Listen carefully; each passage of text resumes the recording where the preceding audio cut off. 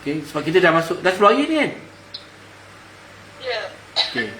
So, teruskan mencari rasa tu. Dan dia betul kena praktis lah. Kena praktis.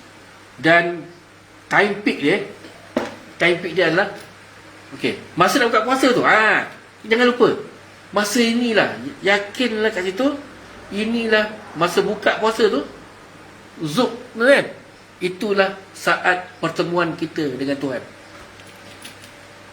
Time tu, maka pertemuan tadi tu yang merahmati dengan yang dirahmati tu bertemu.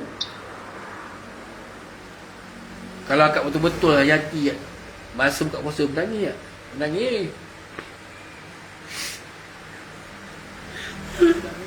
Kita dapat merasai nikmat Allah tu.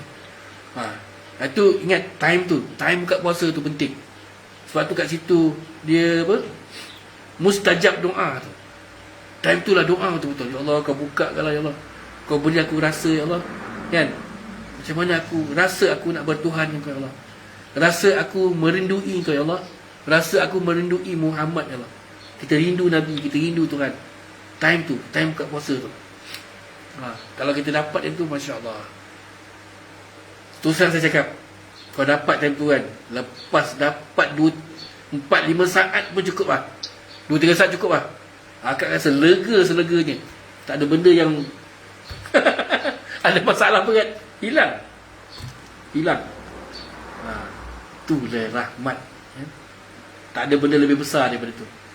Sebab itulah ulama-ulama bila habis Ramadan, dia sedih, betul tak? Pernah dengar tak? Bila habis Ramadan dia sedih. Sebab aura tu dah tak, bulan lain tak ada. Aura tu kat bulan Ramadan dia. Jadi cari. Apabila kita dah dikatakan, kita tahu, kita dah faham apa itu rahmat, iaitu diri kita yang Tuhan pandang seawalnya, yang dalam ni tak ada benda lain, yang dalam ni hanya Allah saja. Kan? Apa-apa hal Allah, apa-apa Allah. Maka dekat situlah kita masuk fasa yang kedua, dipanggil automatik, dipanggil keampunan. Kenapa dia kata ampunan? Sebab dosa kita yang paling besar adalah kita lupa dengan Tuhan. Itu dosa paling besar. Kita lupa dengan Tuhan, itu dosa paling besar. Jadi apabila kita nampak, kita dapat merasai rahmat tu, sentiasa nampak kebesaran Tuhan, maka waktu kita lupa tu jadi kurang. Tengok makanan nampak Allah, tengok air nampak Allah, tengok matahari, tengok cahaya duha nampak Allah. Nampak? Jadi kita sentiasa macam mana kita nak ingat Allah? Contoh saya arwah mak meninggal kan. Dan sekarang ni saya selalu ingat arwah mak belum puasa ni kan. Kenapa saya ingat Allah? Sebab saya pernah kenapa saya ingat mak saya? Sebab saya pernah jumpa mak saya. Kan? Sekarang ni Allah kita tak pernah jumpa. Macam mana kita nak ingat Allah? Sebab itulah kita kena pergi balik pada syahadah. Asyhadu alla ilaha illallah. Aku bersaksi tiada ilah melainkan Allah. Tiada ilah. Sentiasa menyaksikan ketuhanan Allah tu. Nampak? Saksi kebesaran dia, saksi kasih sayang dia.